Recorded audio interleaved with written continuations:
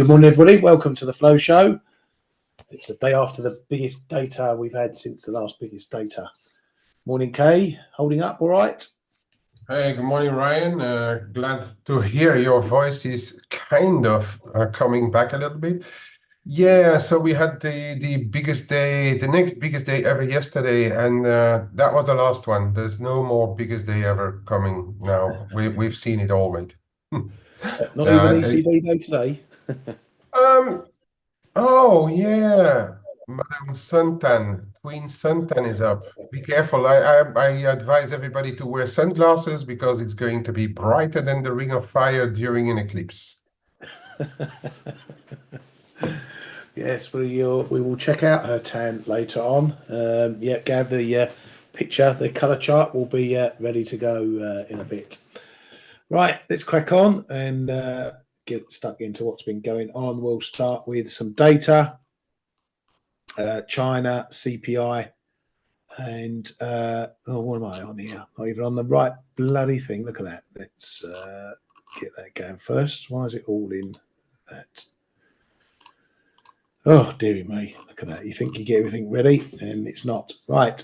China CPI.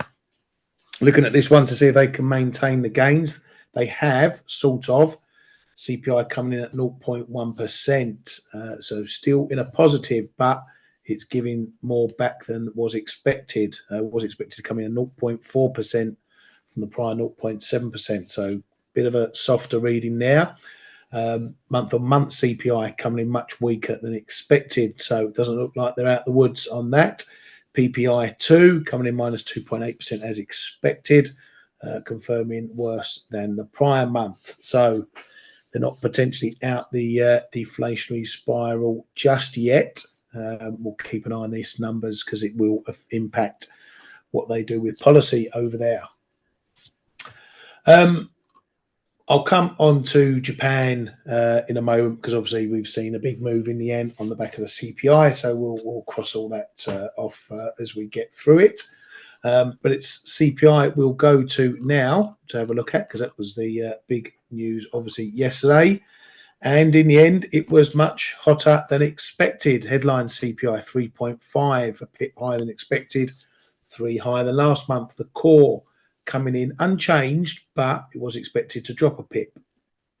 So even the month-on-month numbers coming in hotter. So any which way you look at it, that was a hot number, a strong number, which was obviously what one of the outcomes that we've been looking at in various previews that we've been doing on the Flow Show here and elsewhere. So we've got a hawkish shift yet again in terms of what's expected for the Fed swaps. Oh, sorry, let me close me squawk down 1 second. So yeah, expectations for the Fed have turned more hawkish right after the data. Fed swaps priced in only 50 basis points of easing this year. It was around 60% at the beginning of the week. Also shifted the pricing of a full rate cut or a full pricing of a rate cut to November from September. So that's the timeline getting pushed out. We had Fed barking. Don't know what he was looking at, but he thinks we are making a lot of progress on inflation, not according to those numbers. President Biden said inflation news may delay a rate cut. Then says he doesn't know what the Fed will do, but according to him, they have a plan to deal with inflation. That's him as the government, not the Fed. Kay, where do we start with this one? There's been a knock-on effect as expected. BOE rate cuts. Expectations have been cut to less than 50 pips this year. Again, first rate cut for the BOE pushed to November. ECB, less than 75 pips of cuts seen this year. As I said in the chat room, the US data sneezes and everyone else catches the cold. Another pendulum swing, mate. Yeah, I mean, absolutely. It's crazy how those yields go together on all US data points. I wonder when it's going to be the opposite. You know, when the UK retail sales are higher and the US yields are jumping, and I'm waiting for that moment. it's no matter how you turn it, and I would like to take those two reports, the job reports and the CPI together, because we were, and I was also talking about that, like being the jobs market, that big domino still holding. And as I said prior to when that came out, I said if the jobs report is a bad one, CPI won't matter. But now the jobs report was a really good one, and that put CPI back on the table. And then the market was really hoping for this year-end seasonality over the turn to wane, but we have seen energy especially ramping higher.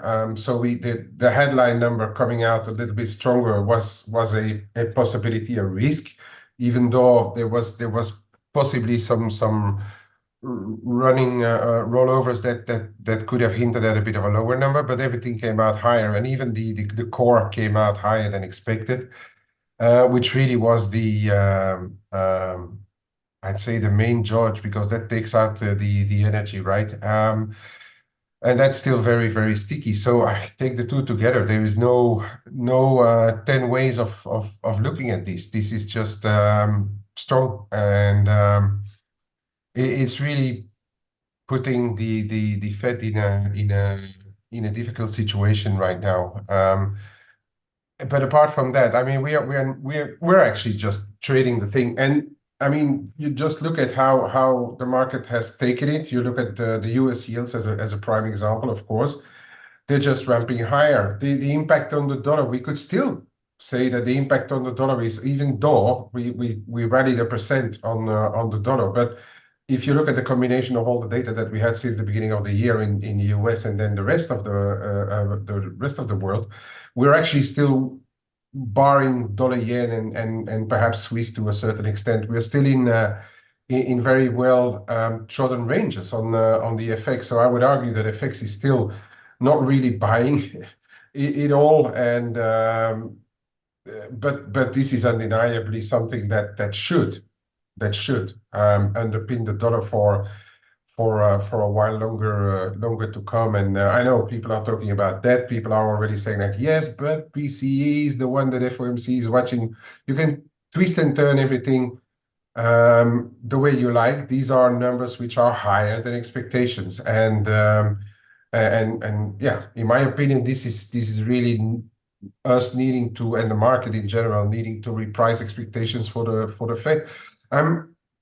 You know what? I'm not completely going to rule out June as a kind of perhaps a moment where they say like, yeah, but we want to keep this economy going, you know. But I think the overall number of cuts, or the overall degree of relaxation of high interest rates is really needing to be screwed back, because this is not an environment where you lower rates. No, exactly. I mean, to be fair to Powell, you know, he has said that yeah, he thinks rate cuts will be appropriate this year, but he's always kept the door open that if something changes the other way, they're ready to react that way. And really, no, apart from the arch doves in every central bank, no one has said we are going to cut in June. It's all June is going to be where we potentially make a decision on whether to cut. They haven't said that they'll cut in June, but that's where the decision will be made. I think you're right. I think June, the importance of June, and whether it's a June meeting, July meeting, it's all one and the same. The importance of those is that it's going to set us up for the rest of the year. Okay, it's going to be where we get our next real forward guidance, because the market will be looking for those last 6 months of the year. Are we going to get cuts? Is the Fed going to draw down their dots or draw up their dots to make it more hawkish looking? So it's significant for setting out the path for the rest of the year, just as it is for what happens at that meeting. But yeah, the Fed's getting in a bind, don't they? They're not. It's not going their way. I mean, I was saying this for a while. Just look at this CPI, and you're right. People will find excuses. Oh, the Fed look at PCE. Oh, well, the market's looking at it. The market's moved on it. Yields are moving. So it is important, this data, whether the Fed think it's important or whether people think it's important or not. It's important for us because it's moved the market. But as you can see there, look, we've had the big high and it's just gone sideways ever since. That is not progress on inflation, whichever way you look at it. And I think that puts the Fed in a bit of a bind at the moment. Yeah, but that's what I've been saying, right? This is Q2. It may get a bit messy, and then we should see a lot clearer towards the end of Q2. And as you just said as well, I mean, this is where they may give us a bit of guidance. But in the meantime, we are mid-April. We are not even May yet, and you put all that string of numbers together. Well, I mean, it's nowhere near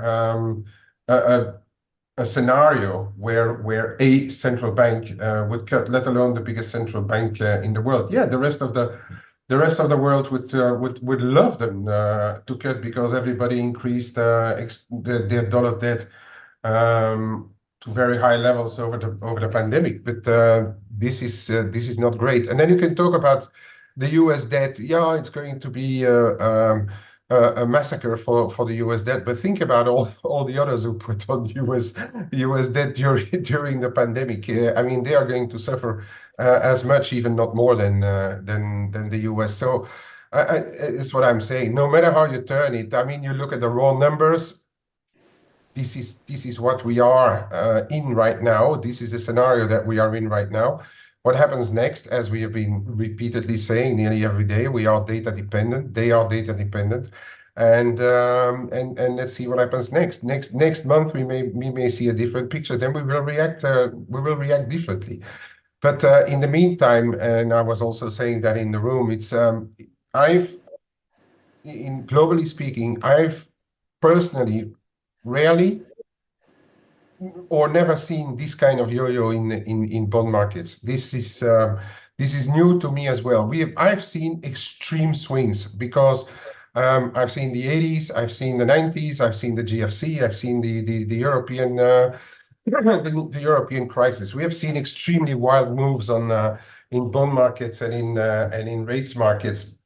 I've seen 15% on dollar interest rates, right, back in the mid 80s. But the thing is, I've rarely seen a yo-yo like we have seen since the pandemic. This is something really new to me as well, where you go from in the space of, what is it, three and a half months, going from pricing, because we also have to put it in context. Back in the 80s, the interest rates were at 15%, not at 5%, okay? And we are coming from a 0%. So, I mean, it's still a big variation. The variation is enormous, but the nominal interest rates are way below where we had them 30, 40 years ago.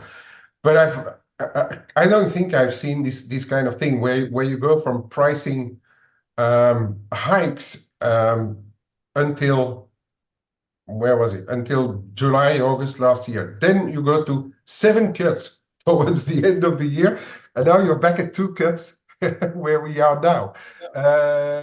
2? No, I'm even generous. We are below 2 cuts. The 2 years is only reflecting roughly 40 BPs. Yeah, roughly 40 BPs. So that's less than 2 cuts. I've rarely seen this. And in the meantime, we've done some more yo-yos in between. This is a market where this is really new to me as well, and we need to adapt to those kind of situations too.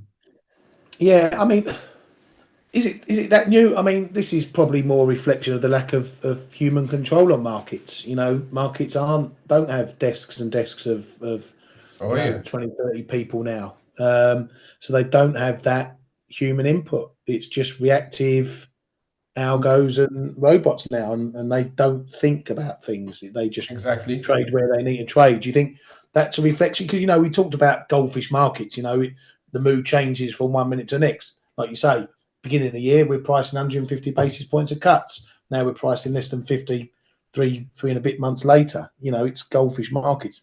But is that a reflection of who's trading markets these days? Yeah. Yeah, I've said it for a long time, even before we met. Actually, Ryan, I've been saying that for a long time. I say, watch out, because the less traders you have on a desk in whatever market, the less human Yeah. traders you have on it. Human traders are liquidity providers, and you can turn it how you want. We used to be market makers in the FX spot market, and if something didn't move the way it should have been moving, people would come in and let's say it goes down, you come in. We come in and we provide liquidity, and we were buying it because we were okay to take the risk. A robot does not judged that way. I mean, and it's not programmed that way.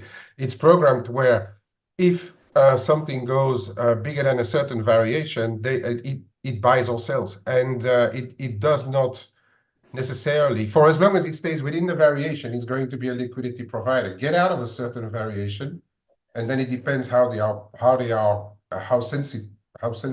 sensitive they are.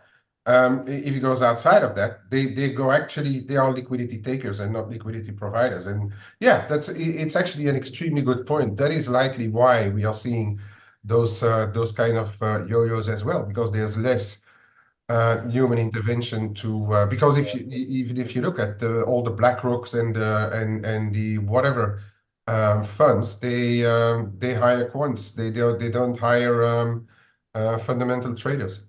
Although if you look at what's happened on the past few months, some of them are starting to hire back more fundamental traders, because I think they have noticed it's sometimes a bit painful to let the robots do their own thing. Yeah, very much so. It's a different world we're in, and I've had to learn that over the last 30 odd years to change to trade with what markets do now. Kay, you've done the same. You learn how to trade with what the markets do now, and it's hard because you've got to almost give up the way you traded when you were in banks, the way I traded when I was on the floor. You've got to give that up to trade this new way. But you have to move with the times, and you have to move with the markets and how they react, and learn to battle them in different ways, I suppose. Yeah, well, there is in everything there are upsides and downsides, but I think there is an advantage of having been in markets for longer and having that kind of experience, but also for newer traders, we can adapt, and we can also see like, oh, this is really moving out of line, and this is likely done by the algo models and everything. So we can take advantage of it. And newer traders, they won't have seen the world before, so they can adapt perhaps to this kind of environment as well, because they wouldn't have seen anything else. I think the most difficult are traders who have who came in just pre-pandemic, anywhere between 2015 and 2020. That's a very big change for them, because they are not fresh enough for only trading what's happening now, and they are not old enough to have lived all those crises that we had before, the GFC, the Asian crisis, you name it, wars and stuff, but yeah, I mean, those may need a bit of support as well. But yeah, for all the traders, we can probably also take advantage of these, because we know when something is going out of whack. Yeah, I think you've hit the nail on the head there, because I think nowadays we're more trading. Has the market gone too excessive? Has it moved too much one way, and we're looking to fade that move, or has it not got enough? Has it not priced potential event enough? And we're becoming, certainly I am becoming, more reactive to what the robots are doing than trading more so my own view of, I think, this event's going to happen or that's going to happen. So yeah, I think you hit the nail on the head. We've all become anti-robot traders, shall we say? Trying to see where they've gone too far or not far enough. The exercise, Ryan, I think, and that's valid for everybody, all the time. The exercise in this market is to know what's going on the fundamentals.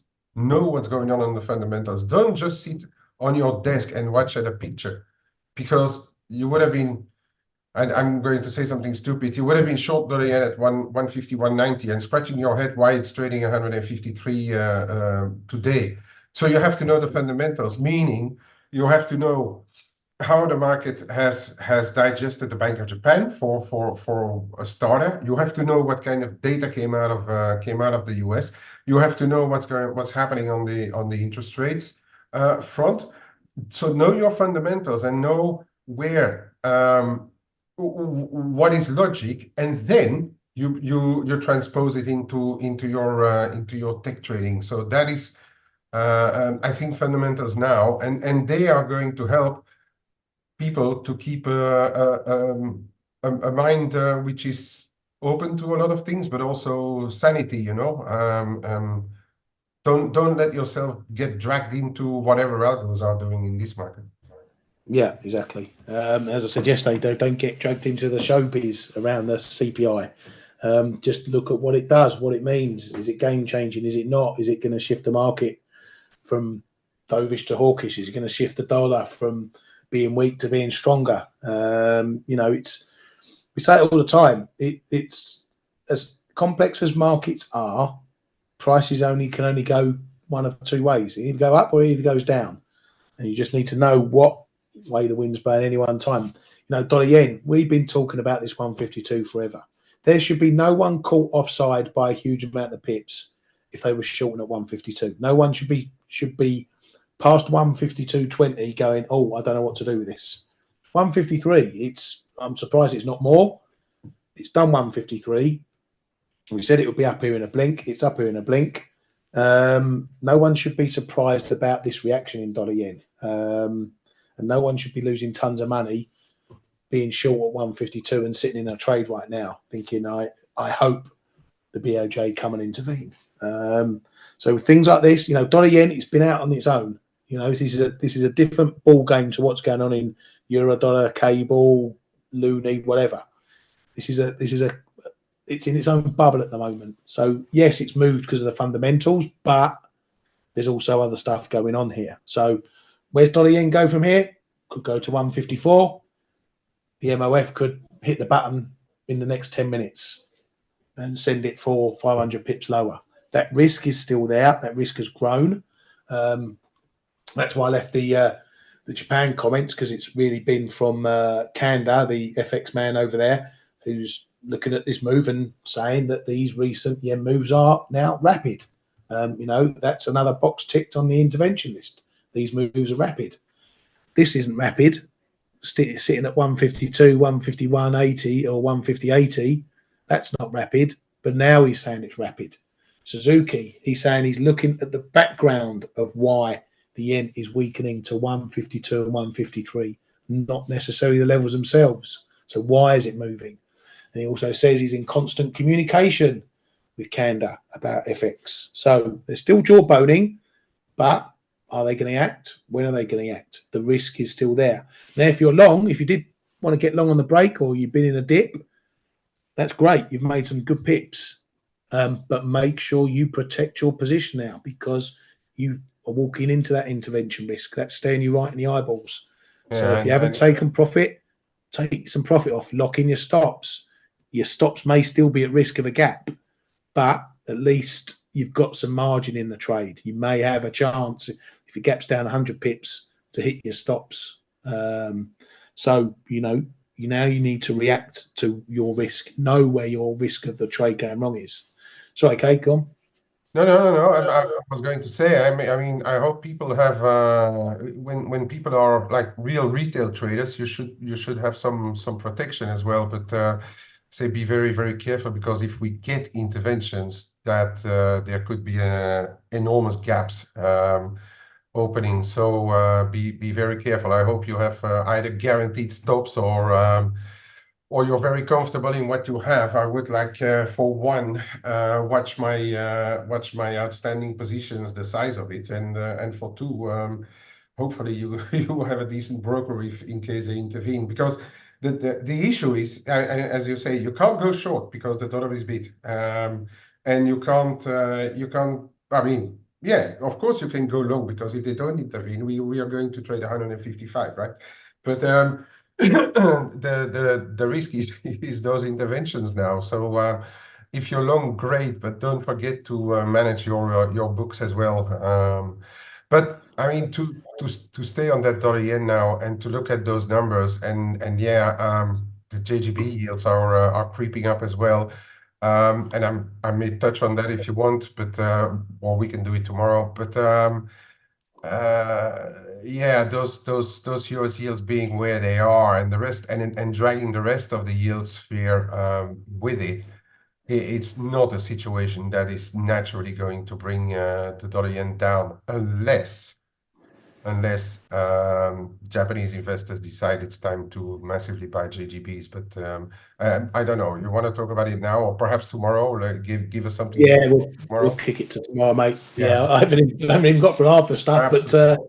yeah, let's move on from that. We can talk about prices in a bit as well in more detail, because we obviously had the BOC out as well, kept rate unchanged. There wasn't too much dovishness in the statement after all. I did look through it. I wasn't at the desk for it, but in their March statement they said that overall the data points to an economy in modest excess supply. In April, they said, or yesterday, they said the growth had stalled and the economy had moved into excess supply. So that's, a bit of a negative on there. However, they hiked their growth forecast for 2024 to 1.5% from 0.8%, so a little bit bullish there. Although they did knock down their, they did raise also their 2025 forecast to 2.4%. Sorry, they took their growth forecast down to 2.2% from 2.4% for 2025. And they raised their 2024 year-end CPI to 2.4 from 2.2%. So not dovish on that side. They said they're more confident inflation will ease despite stronger growth. Want to be sure the core inflation dip is not temporary, and sees what we need on inflation, but want to see a longer trend. So they're not giving up that inflation is on its way back down.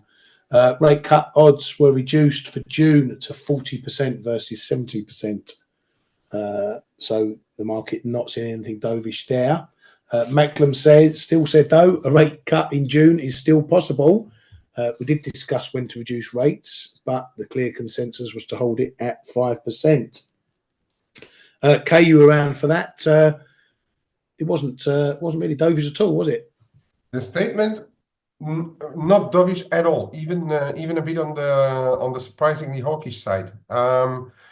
The press conference, different story. I posted a picture of Caroline with Caroline, the what is it, Deputy Governor Caroline Wilkins yesterday. She was really pissed off at Stephens because he came over a lot more dovish than the statement actually showed, and she was really. I mean, she must have voted, I don't know, for a hike or being very hawkish on during the meeting.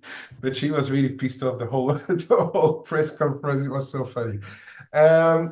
Yeah, so he actually came over a lot more dovish than the statement was transpiring, because he said like a June cut is on the table or is possible, and he never fought really back against it, and still saying that things are moving, barring exceptions, things are moving in the direction of what they wanted. So that took the edge off of the Canadian dollar a bit, because Canada was really strengthening, especially through crosses.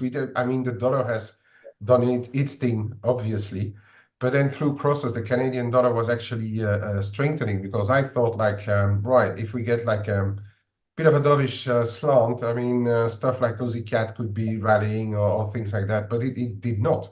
It actually came back quite a bit. But it's yeah, it was a bit of a funny one. It's not the first time he's done this. Saying the opposite, or the opposite. It's not a 180, but a bit of a 90-degree or so, or 120-degree. On the press conference compared to the statement, I think Tiff is closer to cutting than the rest of his crew, and he clearly showed that yesterday on the press conference. So I think it's 1-1 ball back in the middle, data dependent, and there we go for the Bank of Canada, you know. And in the meantime, although it hasn't really reacted, we need to indeed pay a bit of attention to what's happening in the oil and gas markets. I mean, Canadian dollar has not been really reacting to it, but and I just want to say this as an aside, the US identified possibilities of Iran or their proxies being very close to an attack on Israel. Just keep an eye on what's happening in the energy sphere as well. Okay, but yeah, I mean, just based on the Bank of Canada, I say it's yeah. I bought back just a slightly bit of Aussie Cat because of the press conference, but it's really not something where we take a clear direction in all things Canadian dollar. Yeah, very much so. I mean, we said at the start of this week, didn't we? We thought this would be a buy, and unfortunately, you didn't get filled on your 40s. Yeah. I didn't bother picking it up at 135.50, and here we are watching the boat race off into the sunset. But you know, that's trading for you. You can have the perfect plan. If you don't get the right execution, you don't make anything. But anyway, we getting it right in the head is better than getting it wrong and losing money. Yeah, exactly. I mean, that's what I always say. Better miss one than take it up the lederhosen, you know. And it's, you know what, it's a okay, maybe more than 5 minutes or a couple of hours disappointment, but then we need to move on and look at it, the glass half full. As you say, we could have been short and the thing flies, and we are because we could have been short thinking that US inflation coming down and the Bank of Canada neutral or even hawkish as a statement would be, we could have been short and looking at 100 points loss, right? So I mean, you really, and we at least we had the direction right, the idea right, so that doesn't mess up our overall view of the market. That's where I always say, like, this positives to take away, not from a mistake or for being wrong, but positives to take away if you miss something, because at least the idea that people have is the correct one. So you can build on that. Yes, there's frustration because you missed the move, but there should be some positive thought because you had the idea of the move was correct. So your view of the market is not being distorted. Exactly. And as long as you don't then get revengeful and think, well, I'm going to smack the next one because I was right the last one. You take the next trade and you analyze it the same as you would every other one. Right, yeah, Kay mentioned that warning that the US is said to see a missile strike on Israel by Iran or its proxies is imminent. We're closing in on the weekend, the end of Ramadan and whatnot, so that risk is going to be there again going into this weekend. Also, you've got to watch, if you back to the yen, if you're trading yen, think about your weekend risk. If the MOF decide to push the button, they can do it sometimes on a early Monday morning where it's Sunday night everywhere else, particularly sometimes when, or it's possible when our platforms aren't open. So if you're long yen pairs, you know, there's nothing wrong with getting out, and if nothing happens, you get back in when market's open. But just, again, know where your risk is, because if you get a 400, 500 pip move before retail opens on Sunday night, Monday morning, you're just going to be sitting there watching a black hole and not being able to do anything about it. I'm just going to say this is not something that I've seen. And I've been trading yen for a long time. This is not something that I've seen them intervene before the markets are open, because one of the things that they do, depending on the kind of intervention, but still, I mean, they use, most of the time, they use their agent banks as well if they intervene directly. So they are going to wait for the banks to open. And but it could happen that we wake up on the Monday morning and it's already happened on the Japanese Open. That is possible. But exactly. Pre-opening, I've never seen them. Never. Yeah. And the only other headline we got is that Switzerland is going to host a high-level Ukraine peace summit June 15th and 16th. They're going to aim to plan a roadmap for Russia's participation in that peace process, which you'd think would be by the by, because you're not going to get a peace process unless Russia's involved anyway. But yeah, that popped out. So a summit potentially June 15th, 16th to try and sort something out in that, which let's hope it comes to a swift resolution. Right, so we better talk about Her Majesty over at the Towers of Mordor in Frankfurt for the ECB meeting. I mean, I don't think there's too much to say about this that we've not seen already this week. This is probably going to be a communication meeting or further communication meeting rather than any sort of action. Whether it's a stronger hint that June is a cut date as opposed to we will look at the data date and then decide. I think that's going to be what swings any big price moves. Conversely, with everyone looking at June for a potential cut, anything that's said that may delay that is probably the bigger price risk. So if they are not as dovish as the market wants or not confirming June as the market thinks, then Euro's probably going to take a little bit of a rally on that one. But overall, and hopefully this isn't giving the kiss of death, as I said, this should be just a communication meeting and otherwise might just slip under the radar without much fuss. What do you think, Kay? Yeah, I completely agree, Ryan. This should be an autopilot meeting, and as you say, a communications meeting. Now, the only one in the whole herd of ECB members saying that they are looking at the US or comparing to the US was Holtzman.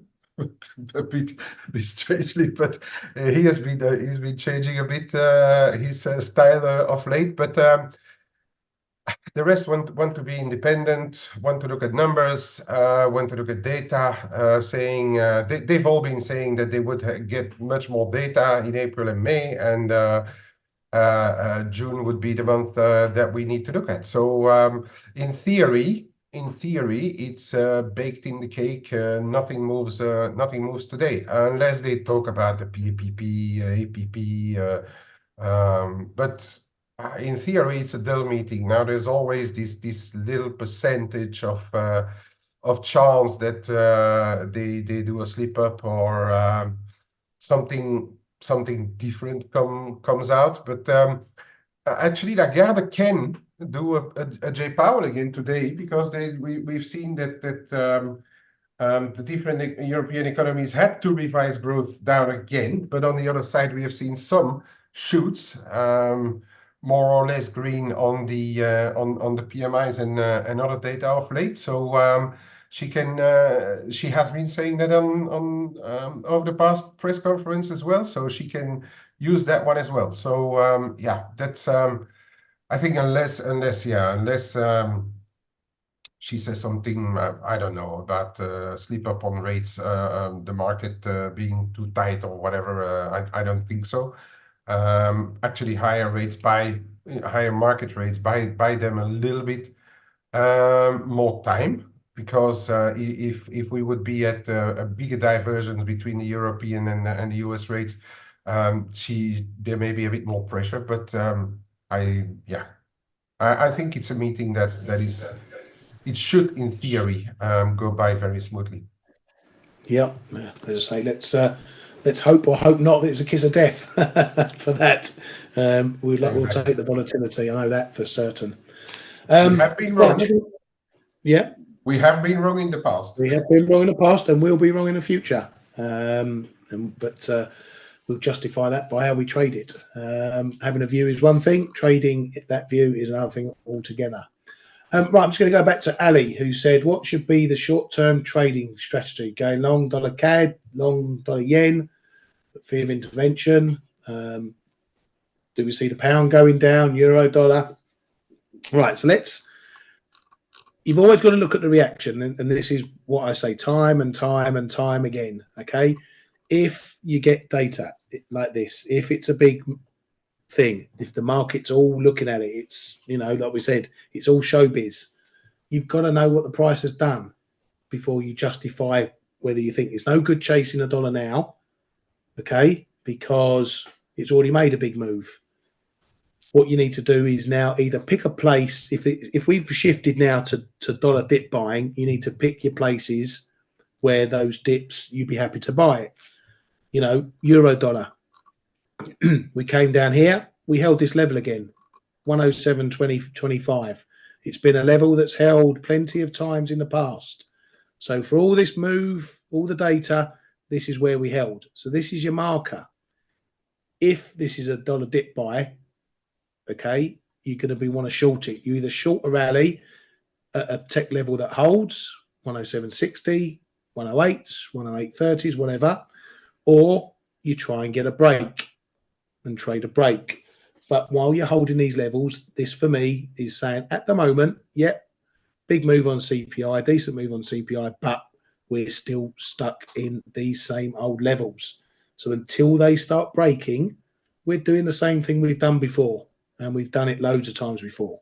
And we've gone up when the Fed's been dovish or the market's been dovish on the Fed, and we've come down when it's got hawkish again. You know, the big level underneath, 107. We haven't had a test of that since February. That's the big level for here.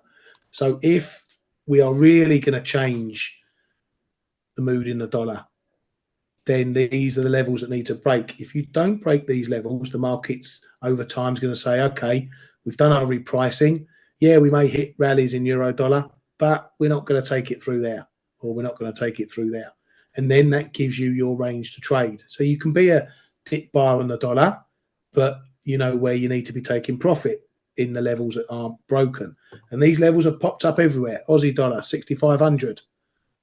We've hit it. We've hit it there a few times. The bigger level was 64, 80, 85 down here. But we couldn't even get there.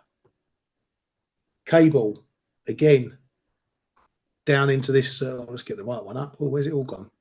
All my lines are gone.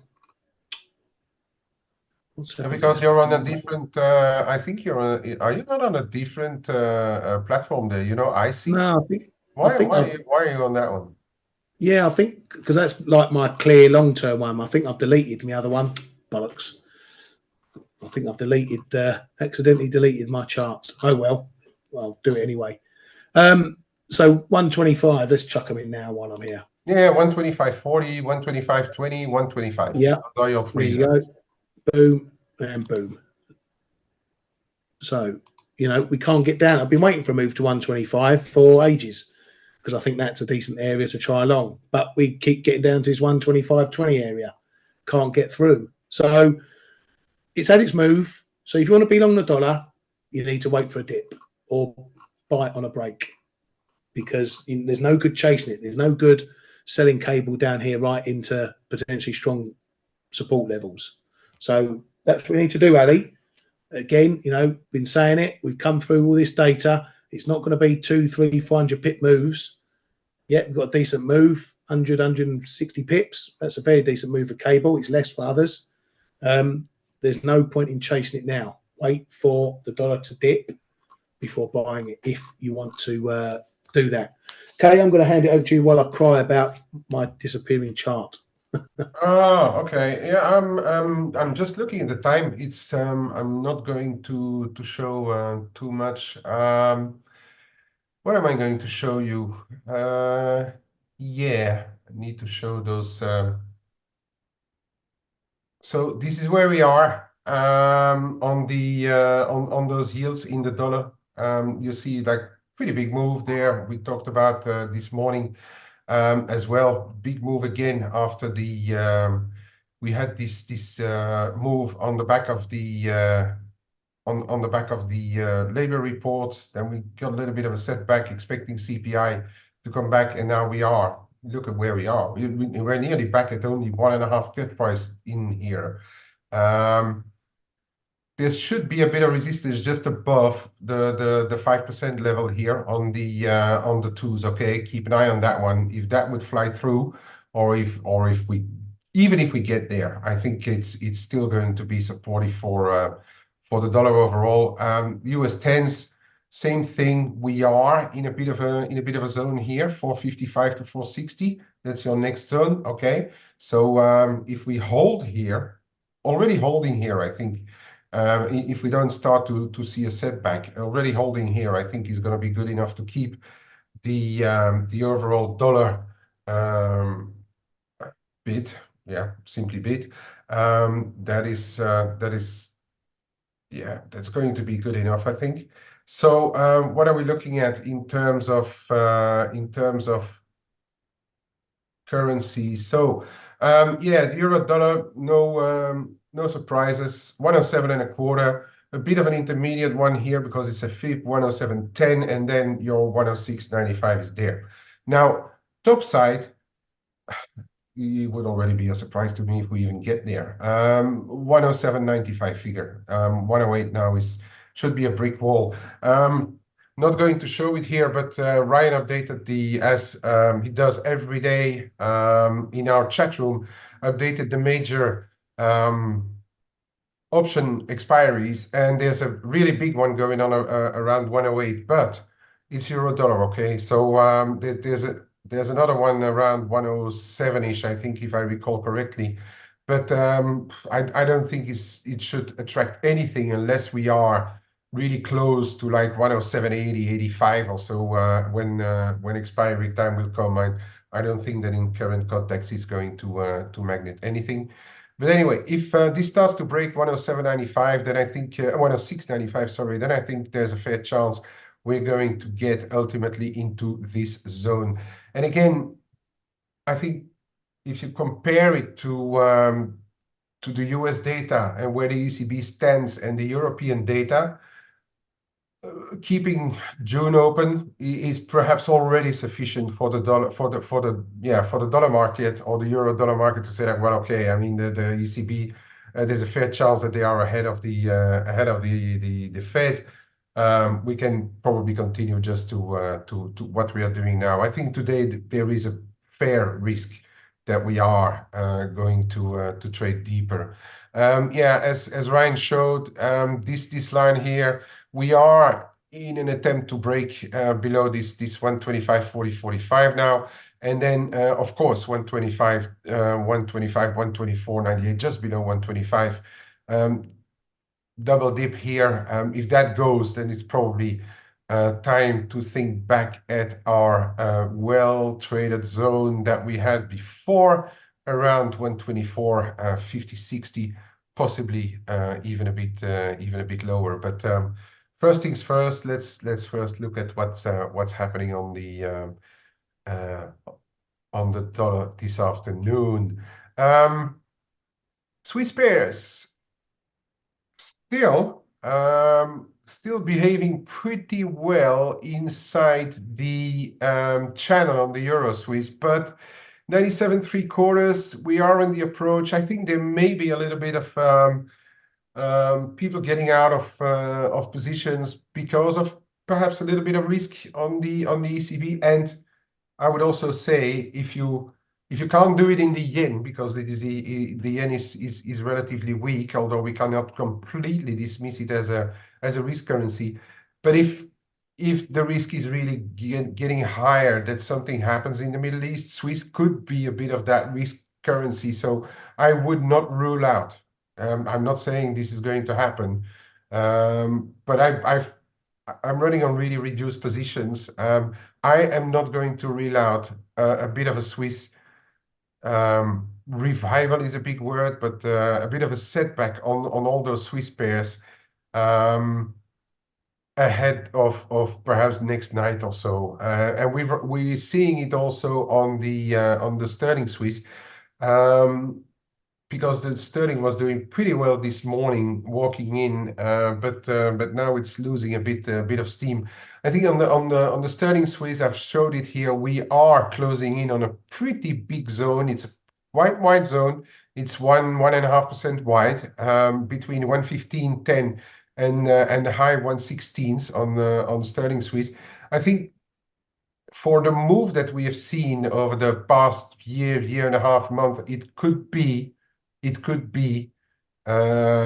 it's time to reassess if we get up into that zone. In the meantime, I would not rule out the same thing, and we've already lost 30 pips, 35 pips from the highs.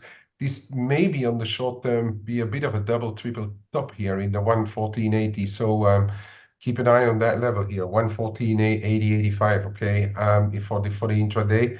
But I would not rule out a little move back again, like we've seen here, those setbacks. I would not rule it out, okay? Somewhere into even the high 113s, all right?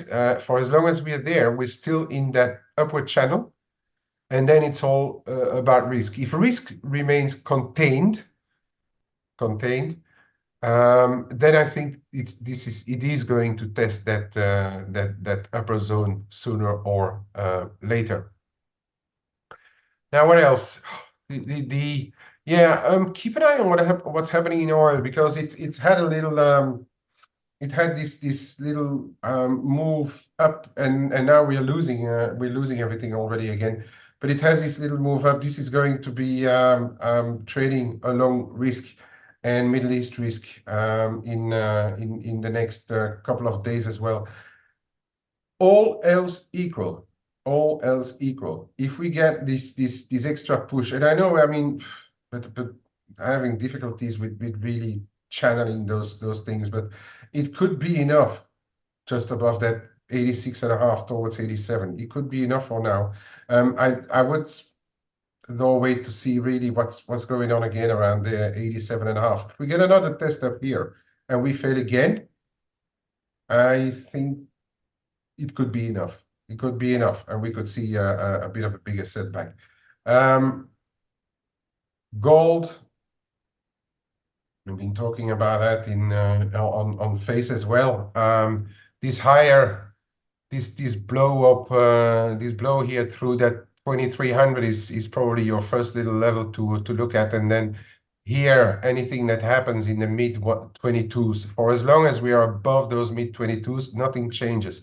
I personally think, but I can't stick a level on it, that anywhere between this 23.5 and 23, no, I have something. Well, where's my 2390 gone? Is it on the longer time frame? Yeah, here. 2390. I don't know whether there's enough power here to get through 24. I'd say it's perhaps time for a bit of a pause here. Okay, I'm not counter trading it right now, but it's perhaps right for a bit of a pause. And looking at the time, I'm giving it back to you, Ryan. Yeah, thanks, mate. I managed to find my cable chart, so that's all back. Thank God. Don't have to redraw that all up. Did you cover euro sterling, mate? No, but it's there's a few bits appearing sub 85.50. I think we're in a bit of a triangle there, but the triangle is getting tighter and tighter. Yeah, I'll just Jane was asking, so I'll just have a look at that. There's not really much to report on this one, Jane. We're just bang in the middle of this range that we find ourselves in again. Can't get through 86, can't get through 85. So we're, as I say, pretty much back in the middle. But as you can see here, we've been talking about this 85, 70 area. We've had little pokes above it, but it couldn't get and hold. Then it got and held above it. Couldn't make hay into 86. Back below, it's resistance again. Then we've had another go, and look, now it's resistance again. So maybe we have a little look down. The ECB might be a decider. This will be one I'll keep half an eye on. I don't think it will get there.